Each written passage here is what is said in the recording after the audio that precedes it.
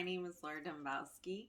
The awesome people at Boulder Bookstore asked me to do a question and answer session and tell you a little bit about myself and my new book, Cause of Death. And after we do the questions, I'll read a short excerpt from the book. I hope you all want to read it and enjoy it. And let's jump right in. Can you tell us briefly what your book is about? So, Cause of Death is a domestic thriller, and the center of it is a mother and daughter relationship. But that's really just the jumping off point. It's told by multiple unreliable narrators, and it kind of weaves these tales of love and lies, and ultimately the catalyst for most of the novel is the death of the daughter, and it seems like she killed herself, and the first couple chapters between her and her mom would lead you to believe that's what happened, but then some detectives show up and start wondering if maybe it wasn't a suicide after all, and from there things just get crazier. So I think that's a really catchy way to get a book going. The death isn't the ultimate thing in the end, it's the beginning of the book. So that excited me to write something in that way. What was the inspiration for this story? Well, I mentioned it's a mother-daughter relationship at its core, and I'm really close with my mom. She's my best friend. She's always there for me. She was the first person to read Cause of Death and everything I write. I don't know what I would do without her in terms of any part of my life. But I wondered if a mother-daughter relationship wasn't quite that strong, or strong in a different way.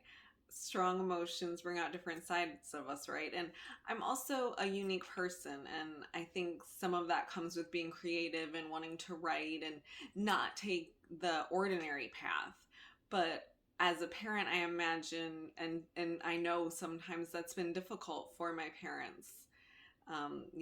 I imagine that they struggle with that, and I know they have in some ways. So I took that to the ultimate. My mom is not at all the murderous type. She has never thought about, death, my death. But a writer's brain takes the mundane and turns it into something completely different.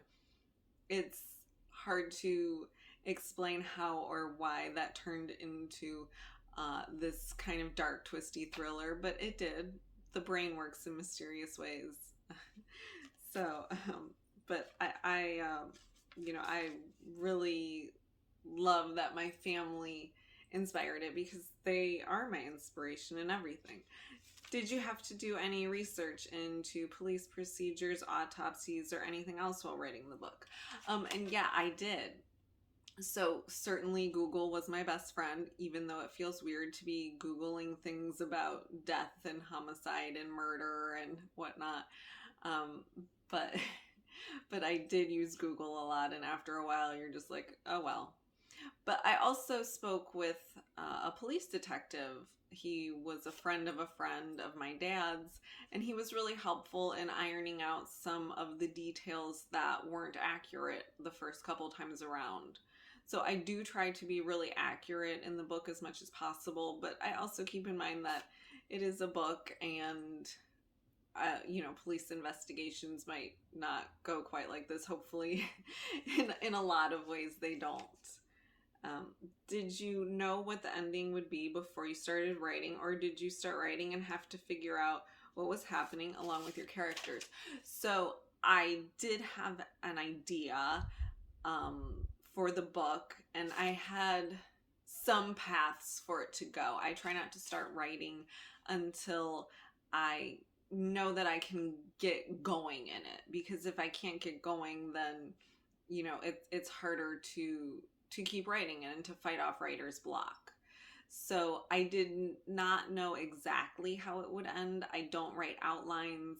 I try to keep writing free and move in terms of big picture ideas, and then when I'm actually on the page, I hone in on details and characters and those twists and turns. So I do try to let the characters tell me what's going to happen.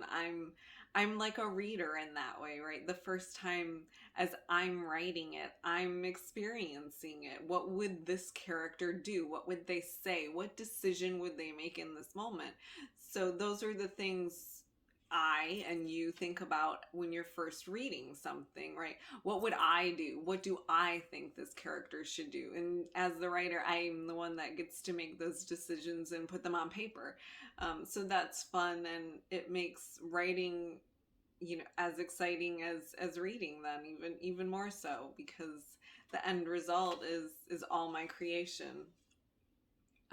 Can you tell us about your writing routine? So we kind of got into that, right? I don't write outlines. I go in with the big idea, and then I have certain things I know I want to happen, and most of the time I stick to that. Sometimes, things take a twist or turn that even I didn't expect. Sometimes I have the ending in mind, but sometimes I don't. And I'm very much flying by the seat of my pants most of the time when I write. And sometimes that works out, and sometimes it means that first draft is kind of rough. But that also doesn't mean the second and third and fourth and fifth. And yes, there are that many drafts. That doesn't mean those subsequent drafts can't be something great. They can. And that's part of my process. I do try to write regularly, but if I'm not feeling inspired or other things are going on in my world, then I let them take over. And sometimes I take breaks. So I do try to be free with my writing. That said, I've been writing since I was 18, and I definitely feel like I've got a lot of writing under my belt, and a lot that's kind of sitting and hopefully waiting to be released into the world.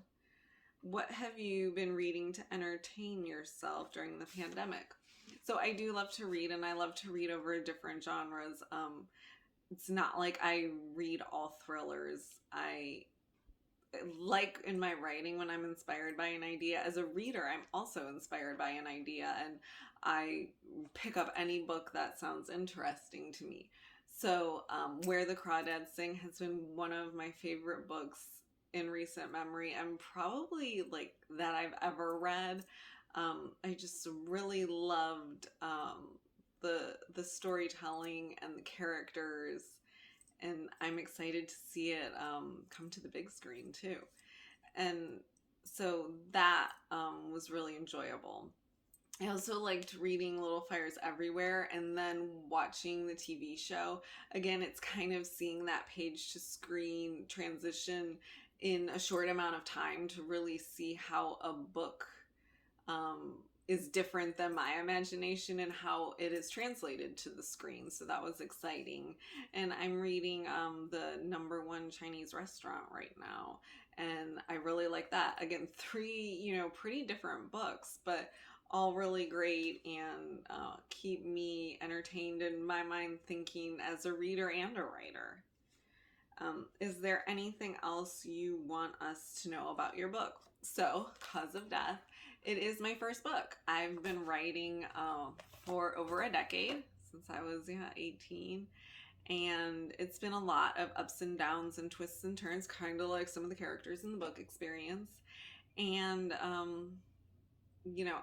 it's been a labor of love. It's been a lot of writing and editing and querying and taking advice from agents and experts and people who might be interested and might bring it to reality, and learning from them, and learning to hone my craft, and learning to take tons of advice and condense it down into what's useful. It's been a long journey, but it's very exciting to be at the next phase now. It's not the conclusion at all, right? There's more books hopefully to come, and other avenues as well. I also blog, and I'm active on social media. I'm very into fashion and cooking and baking and concerts and all kinds of things. So I hope that this is only the beginning of my writing journey and also my creative journey. I love any chance to express myself creatively, and this is the current culmination of that, and it is a piece of me, and I really hope that you guys want to buy it and read it and that you love it, because I love it. I am proud of this book, and sometimes I can't believe I wrote it, you know. It's weird like that. You read it and you're like, wow. And it, because it's been around in my world, not in yours, but in mine for so long, it is weird reading it, and even I have forgotten parts of it. So that's been kind of fun and interesting. So now I'm going to read a short excerpt from the book, and maybe this is a little unusual, but I'm going to read the death of Lana, the daughter. It is the main turning point in the book. Everything before and after revolves around this death. And so I hope that hearing this little part will make you want to buy the book and read every page of it. So chapter 5 is from Margaret's perspective, and she is the mom. I'm sitting at the kitchen table drinking coffee, reading the newspaper. Lana isn't up yet, even though it's nearly 10. I must admit it's rather nice to sit here in peace. I almost forgot about her being in the house at all until I hear Dave yell. The sound is blood-curdling. I've never heard anything like it before, certainly not out of my husband. I run up the stairs and call his name. Margaret, he says breathlessly. I run into Lana's room and see the source of his dismay. Lana is hanging from the ceiling fan by a scarf. Hermes, how appropriate. Dave tries to get her down, but it's not a one-person job. I hurry over to help him, and together we manage to lay her lifeless body on the floor. Both of us fight through sobs as I check for a pulse and Dave throws off his jacket to do CPR. There is no pulse, but he begins chest compressions anyway. Call 911, he roars at me. I don't know why I didn't think of that myself, but I run back downstairs, thundering through the house to retrieve my cell phone. I dial 911. 911, what is your emergency? The female voice answers. My daughter. She hanged herself, I say frantically. Okay, ma'am, I'm sending emergency technicians right now. But can you tell me, is your daughter breathing? I run back upstairs. Is she breathing? I ask Dave. He stops compressions and checks her pulse, then puts his ear close to her nose and mouth to listen. He shakes his head. No, she's not breathing. Can you do chest compressions? The 911 operator asks. My husband already is. It's not working. I scream into the phone. It's not working. The ambulance should be there shortly. Keep doing chest compressions, and I'll stay on the phone with you until help arrives. She does stay on the phone, repeating that the ambulance is on its way, but I know there is no hope. She could have been hanging there all night for all we know. I can tell Dave is growing tired and defeated, knowing he can't save his precious little girl. Our precious little girl. So that is just a short sample of what you can read if you buy Cause of Death. And again, I hope you do. It means a lot to me as a first-time writer and as an artist, and I appreciate any support, like the support I got from Boulder Bookstore to do this. Thank you so much. Go support them as well. I really appreciate this opportunity.